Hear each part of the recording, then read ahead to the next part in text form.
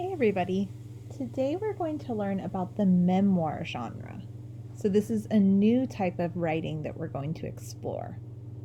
So you might notice that memoir looks like a word you know, memory. And a memoir is a type of writing where the author writes about their life. Another word for that is autobiography. Usually a memoir is focused on one single event, or maybe a collection of events that are related in some way. So it's kind of like when you guys were first learning how to write stories and people would tell you to write about just one small idea or one small seed. That's what a memoir is. So today we're going to see an example of a memoir. It's a little short story called Quietly Struggling. And as you read, I have some questions for you to think about. So I want you to notice, what are the different parts of this memoir? What made this piece of writing powerful? Why might an author choose to write it? And what do you like and dislike about this piece? Now, I know some people like to have the stories read out loud, like an audiobook, and some people like to read it yourself. So if you like to read it yourself, I'll let you do that after the video. If you want to hear me read it, I'll read it at the end of the video. So after reading, there's going to be some questions for you to think about. And we're going to practice writing long today. That means writing without stopping for a period of time. It's a good way to get your creative juices flowing. You can either start with some questions, like you can start with these questions here, or you can just get started randomly.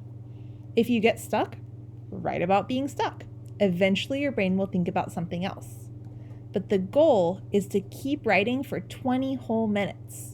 So I included a 20-minute timer on your slide, and you're just going to keep writing. There's some more space here. You can copy and paste the slide for even more space if you write even more than this in 20 minutes. But again, the goal is to write for 20 minutes without stopping. You guys ready? Let's get started.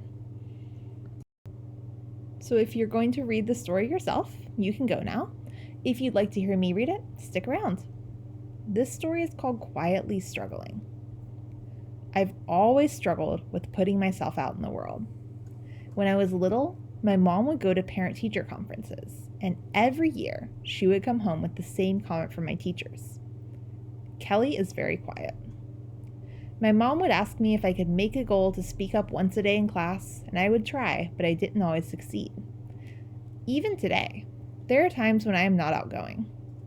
It is hard for me to be outgoing for many reasons.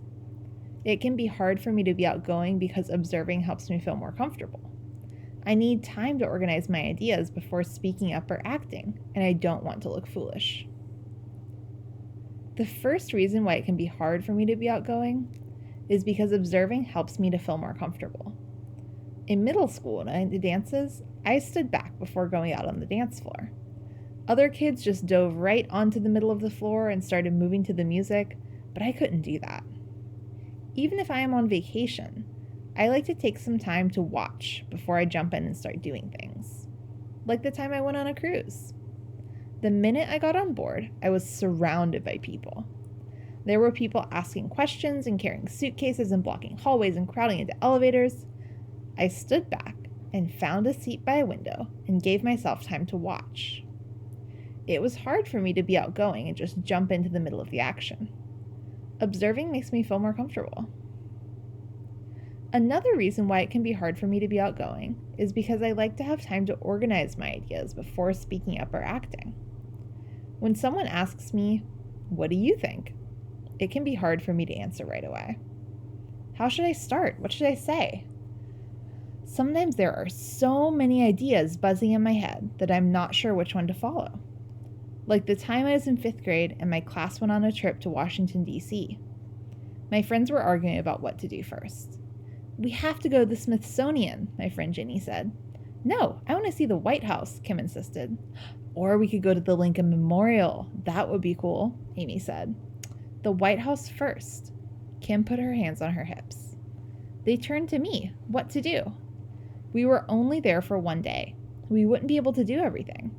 What was best to do first? Whatever you guys think," I said. I couldn't give my own opinion because I needed time to think and figure it out. I need to organize what I'm going to say. I realize now that when I don't say my own opinion or speak up, that meant I had to follow what Jenny and Kim and Amy wanted to do. If I don't speak up, I'll have to follow what others say. But speaking up is not always easy. Another reason it can be hard to be outgoing is because I don't want to do or say the wrong thing and look silly in front of others. I hate to make mistakes in front of people. Like the time I was in class and our teacher asked, "So what did everyone think of the book you read?" Even though I'd read the book and taken lots of notes, I never raised my hand. What if I said an answer that everyone thought was silly? I kept my hand down. My worst nightmare is having no choice but to risk making mistakes in front of others. I remember being in 5th grade and having to do math races. My teacher, Mr. Birch, would call out a problem, and one kid from each team would race to the board. Whoever solved the problem correctly first would win a point for his or her team. I remember watching some kids run to the board grinning. How do they do that? I wondered. How do they not care that everyone might see them make a mistake? I would sit doing all the problems at my seat, trying to convince myself that I could get the answer right when it was my turn. Each time I ran to the board, I felt tears at the back of my eyes, and all I could think in my head was, please don't let me be wrong. Sometimes I took too long to solve the problem on purpose, so the other kid would shout the answer out first, and I wouldn't have to be wrong. Being forced to put myself out in the world made me so nervous because I was constantly worried about what others would think. When I would think about being shy, I'm reminded of Naomi from Becoming Naomi Leon by Pam Munoz-Ryan. She didn't have an easy time speaking up either. When boys at school make fun of her brother, she can't speak up to them. Why couldn't I speak up and defend Owen or myself? She wonders on page 68. Yet as the story goes on, she starts to develop more confidence in herself. At the end of the story, she's able to speak up and take control of her life.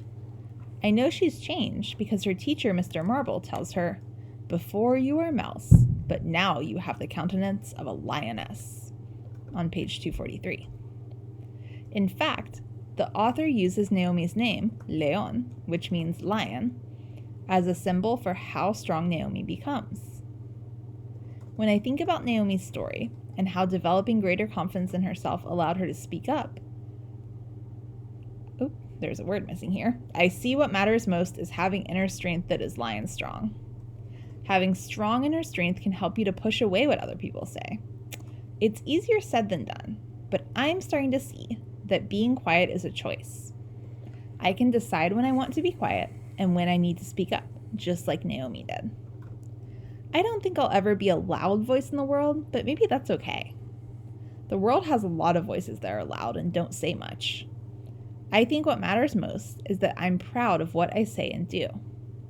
I have to be okay with my choice of when to be quiet and when to speak. I have to put myself out in the world when it matters. My mom used to ask me to make a goal of speaking up at least once. I think my new goal will be not to worry about how many times I speak up, but to know when doing so matters most and to be proud of what I say once I speak. The end.